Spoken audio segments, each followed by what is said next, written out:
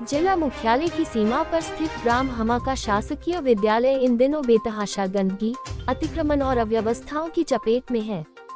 विद्यालय का परिवेश काफी दूषित हो गया है, जिस कारण से बच्चों पर दुष्प्रभाव पड़ रहा है। विद्यालय के समीप बड़े भूभाग पर कचरा, पॉलिथीन सहित अन्य गंदगी फैली हुई है। साथ ही विद्यालय की जमीन पर पंचायत के द्वारा ही अतिक्रमण कर कचरा फेंकवाया जा रहा है। विद्यालय में बने शौचालय तालों में कैद है, जिस कारण से बच्चों को नित्य क्रिया के लिए खुले में जाते हुए शर्मिंदगी का सामना करना पड़ रहा है। इसके साथ विद्यालय की जमीन पर 2 भवनों का भी अतिक्रमण कर निर्माण कर लिया गया है। जब इस संबंध में विद्यालय के हेडमास्टर शिवलाल कोल से बात की गई तो उन्होंने यह कहते हुए पल्ला झाड़ लिया कि गंदगी और अतिक्रमण के संबंध में पंचायत के सरपंच से बात की थी, लेकिन उन्होंने आश्वासन देकर बात को रफा दफा कर दिया। इसके अलावा विद्यालय की जमीन पर अतिक्रमण कर बनाए गए कचरा फेंकने के स्थान और भवनों के संबंध में उन्होंने कहा कि यह कार्य पंचायत के पूर्व सरपंच ने विद्यालय से अनुमति लिए बगैर कराया है। इसके संबंध में भी वरिष्ठ अधिकारियों से शिकायत हो चुकी है। शिवलाल कोल, शासकीय माध्यमिक शाला हमा HM। सर, यहाँ पर गंदगी है देखने को मिल रही है, किस वजह से, क्या गंदगी है सर? यह है कि भी 15 अगस्त में जो नए निर्वाचित सरपंच हुए थे उनको यहाँ आमंत्रित किया गया था ध्वजारोहण के लिए, और उनके सामने प्रस्ताव रख मैंने आवेदन बना करके इस गंदगी को हटाने के संबंध में उनको आवेदन दिया था। उसका सरपंच महोदय द्वारा वाचन किया गया और आश्वासन दिया गया कि जल्द से जल्द हम इसको गंदगी को दूर हटवा देंगे। भाई इतनी बातें हैं। कितने साल से आप यहाँ पर पता? हम यहाँ पर है 19 में आए हैं, 1960 है 19 में जी। इस तारीख को हमने ज्वाइन किया 9 में इस पद पे। इसके बाद है अब यहाँ महिलाएं, हम लोग जब शाम सुबह आते हैं तो यहाँ गंदगी फेंक के चले जाते, घूर कहा था हम लोग सामने। अब यही महिलाएं आती ही कहा था, अब महिलाओं से हमारे अब क्या कह सकते, कोई जेंट्स उनसे जवाब सवाल करे कहा था। शिकायत नहीं की आपने? शिकायतें अधिकारियों द्वारा हम लोग आवेदन करते हैं, मांग करते हैं कि ये गंदगी, लेकिन इसके लिए कहा था कोई अभी तक तो कदम नहीं उठाए हैं।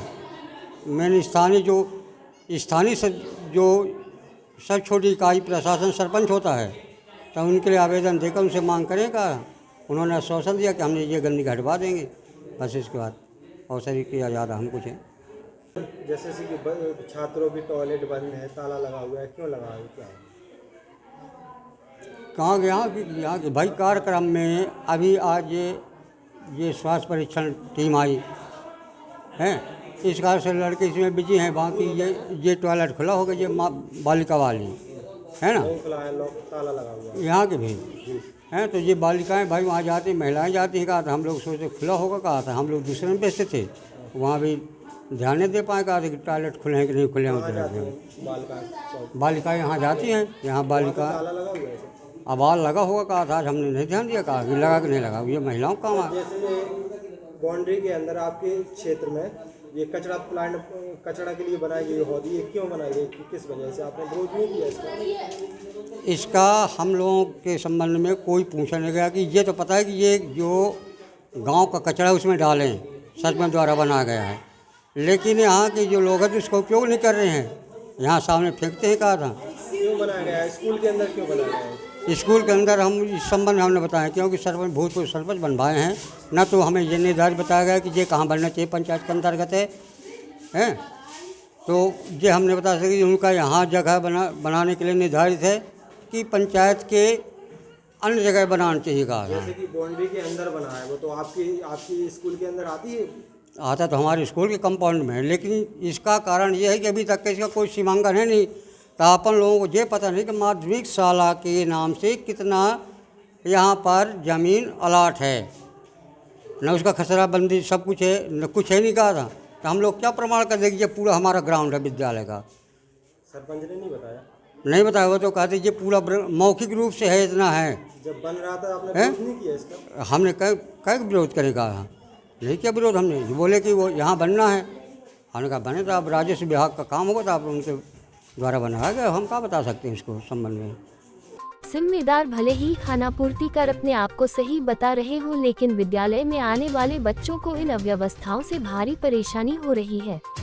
विद्यालय के चारों ओर फैली गंदगी से उठ रही बदबू के कारण बच्चे ठीक ढंग से पढ़ाई नहीं कर पा रहे, साथ ही गंदगी के कारण मच्छर जनित बीमारियां जैसे डेंगू, मलेरिया के फैलने का खतरा भी बना हुआ है। बहरहाल अब देखना यह है कि क्या शिक्षा के मंदिर में यह व्यवस्थाएं आगे भी बनी रहती हैं या फिर जिम्मेदार इस दिशा में कोई ठोस कदम उठाते हैं।